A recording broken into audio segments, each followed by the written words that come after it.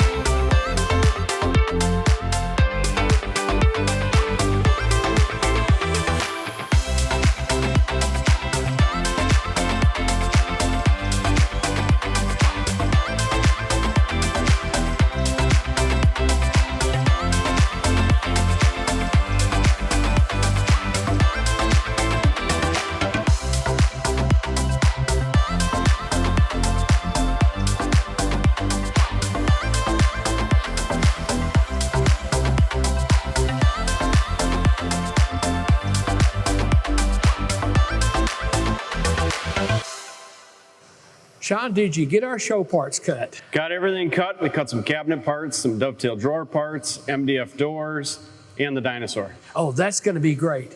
If you want to see these show parts, be sure and come by booth 2701 at AWFS in Las Vegas, Nevada. And if you have any questions, you can contact us at ShopSabre.com. And be sure to check us out on Facebook and Instagram. Thank you for watching.